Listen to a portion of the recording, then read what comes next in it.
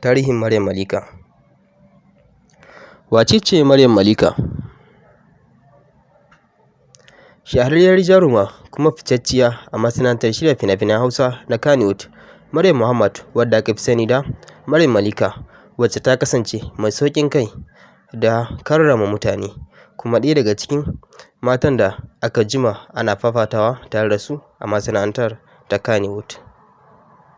Karatu. A ɓangaren karatu kuwa, jarumar ta yi karatunta na matakin firamare haɗi da sakandare duk a jihar Kaduna, sai dai har izuwa yanzu ba ta samu damar ci gaba da karatun nata izuwa matakin gaba da sakandare ba. Fara fim. Sannan jarumar ta fara fitowa a fina-finan Hausa ne a shekarar 2010, wato 2010, a wani fim mai suna Wasila, amma ɗaukakarta ta fara ne a wani shiri mai suna Soyayyar Facebook. Sannan ta samu damar shiga masana'antar Kannywood ne ta hannun jarumi Ali Nuhu, wadda ake wa laƙabi da King of Kannywood.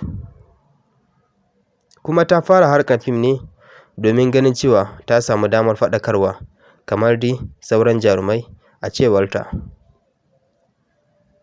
Jerin fina-finai. Sannan jarumar Maryam Muhammad, wanda aka fi sani da Maryam Malika, ta fito a fina-finai da dama da suka haɗa da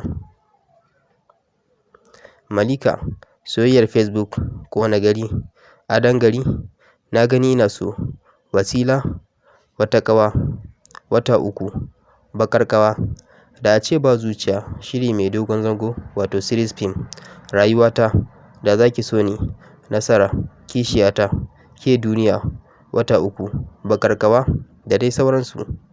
Haɗaka. Kana jarumar ta fito a fina-finai da dama tare da jarumai da dama kamar su jarumi Ali Nuhu, jarumi Adam A. Zango, jarumi Abdul M. Sharif, jarumi Mustapha M. Sharif, jaruma Nafisat Abdullahi, jaruma Jamila na Gudu, Dadi Hikima, Garzali Miko, Ummi Karama, Aisha Najamu, Maryam Gombe, da dai sauransu.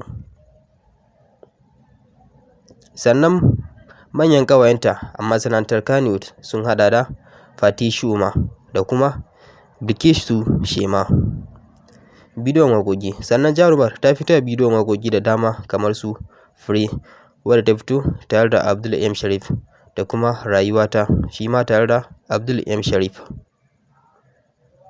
Sai kuma Zama da Masoyi, wadda ta fito tare da Shamsu Alale, Hassana da Usaina, wadda ta fito tare da Abdul M. Sharif da Habibu Bila, da sauransu. Aure. Jarumar ta taɓa yin aure, amma bayan wani lokaci mai tsawo auren ya rabu, ta kuma sake dawowa masana'antar Kannywood, sai dai har yanzu ba ta bayyana dalilin mutuwar auren nata ba.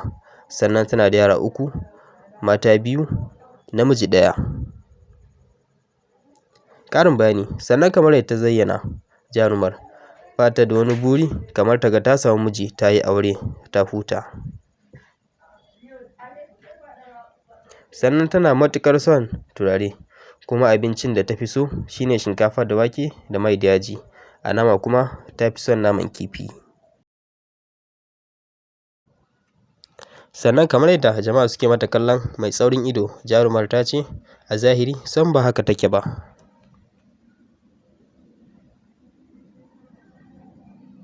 Kana babban abin da ya fi burge ta shine ta ganta cikin 'yan uwanta suna raha, suna kuma farin ciki.